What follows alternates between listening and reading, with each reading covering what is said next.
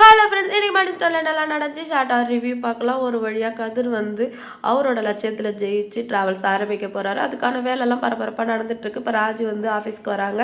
அவங்க ஃப்ரெண்ட்ஸ் எல்லாம் சுண்ணாம்பு அடிச்சிட்டு இருக்காங்க. நீ வீட்டுக்கு கிளம்பு, நான் அவனை விட்டுறேன்னு கதிர் சொல்லவும், அதெல்லாம் முடியாது, நானும் பண்ணுவேன்னு சொல்லிட்டு கதிரோட சேர்ந்து சுண்ணாம்பு அடிக்கிற வேலைலாம் பார்த்துட்டு இருக்காங்க. வேலை பார்க்குறதுனா சும்மாவா, ஒரே லவ்ஸ் தான். கதிர் ராஜியை பார்க்க, ராஜு கதிரை பார்க்க, ஒரே லவ் மூடு தான். 2 பேரும் சேர்ந்து ஒன்றா வேலை பார்த்துக்கிட்டு இருக்காங்க.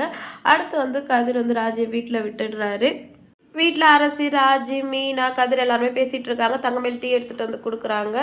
கடையோட வேலையை பற்றி எல்லாம் பேசிகிட்டு இருக்காங்க. கதிர் வந்து பொறுமையாக பதில் சொல்லிட்டு இருக்காரு. என்ன தம்பி, கடைக்கு என்ன பேர் வச்சுருக்கீங்க அப்படின்னு கேட்கவும், அதுதான் நீ இவ்வளோ நேரமாக நாங்களாம் கேட்டுட்ருக்கோம், ஆனால் அண்ணன் வந்து வாயை திறக்க மாட்டேங்குது அப்படின்னு சொல்லவும் தங்கமேல் கேட்குறாங்க, தம்பி அப்படி என்ன தான் தம்பி பேர் வச்சுருக்கீங்க அப்படின்னு சொல்லிட்டு, அது இன்றைக்கி சொல்ல முடியாது, அது சஸ்பென்ஸ் அப்படின்னு சொல்லிடுறாரு.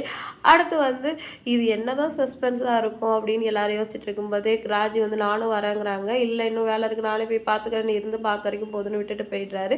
அடுத்து இவங்கெல்லாம் சேர்ந்து குரூப் டிஸ்கஷன் பண்ணுறாங்க, என்ன பேர் இருக்கும் அப்படின்ட்டு.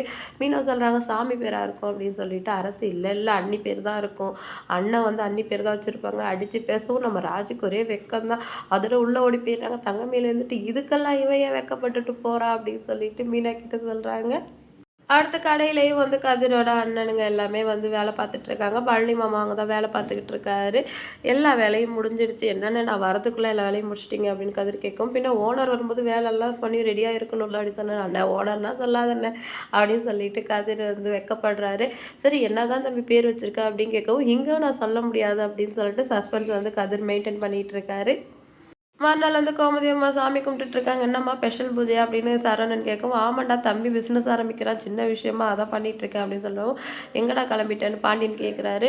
தம்பியோட கரத்திறப்பு விழாக்குப்பா நீங்கள் வரலையா அப்படின்னு கேட்கவும், ஆமாண்டா எல்லாரும் அங்கே போயிட்டு என்ன பண்ணுறது, காலையில் தான் வந்து வியாபாரம் நல்லா போகும், இந்த நேரம் கடையை மூட முடியாது, நீ போறியா அப்படின்னு கேட்குறாரு. ஆமாப்பா 2 மணி நேரம் கடையை மூடிட்டு போயிட்டு வருவோம், தம்பி சந்தோஷப்படுவான் சரவணன் சொல்லவும், அதெல்லாம் ஒன்று வேணாம், நீ போகிறதுனா போ, நான் கடைக்கு போகிறேன்னு சொல்கிறாங்க.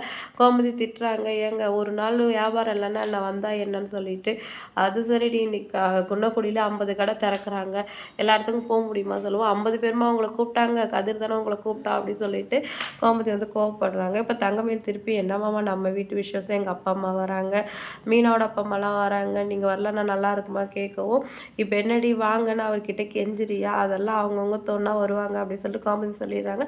இன்றைக்கி எபிசோடு இதோட முடிஞ்சிடுச்சு. நாளைக்கு வந்து கடை திறப்பு விழாக்கு பாண்டியன் வராரா என்ன சொல்லிட்டு வெயிட் பண்ணி பார்க்கலாம். வீடியோ பிடிச்சா லைக் பண்ணிக்கோங்க. அடுத்த ஒரு சூப்பரான எபிசோட்ல நான் உங்களை மீட் பண்ணுறேன். டாட்டா பாய்.